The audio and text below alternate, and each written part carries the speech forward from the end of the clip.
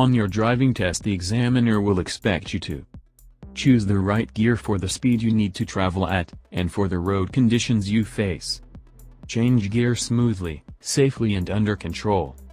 Return your hands to the steering wheel once you have changed gear. Don't look at the gear lever while changing gear. Don't coast with the clutch pedal down or the gear lever in neutral. Here is an easy way how you can change gears and what method I'm using to show my students. I'm using the palm method. And for the pedals I'm using a 2-word release method. Clutch. Release. Change. Release. When I say clutch, the student will fully engage clutch. He'll then say release, that will be when student will release the accelerator. Changes for the gears from 1 to 2 or from 2 to 3. And the last release will be when student release the clutch. Now for the changing of gears. When going to number 1, press the clutch down and release the accelerator. Remove your left hand from the steering wheel, cup it around the gear knob and move the lever gently to the left. When lever is pressed all the way left, keep pressing left and go up. You will feel in your palm that gear is in by a thumping sound. Release the clutch slowly and simultaneously apply power by pressing down on the accelerator.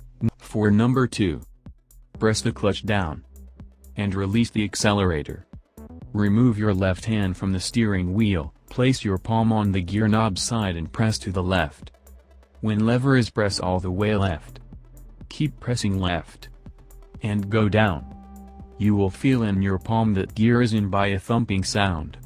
For number 3, you will use your palm again by placing it at the back of the gear knob. You will press gently up. It will jump back in neutral. Once in neutral, press gently up. And you will feel again in palm that gear is in 3. When you go from 3 back to 2, no acceleration is needed. Place your palm on the side of the gear knob. Press towards the left. While pressing towards the left, go down. Remember not to force the gear. And also do not rush. Once the gear jumps out of 3, it goes back to neutral.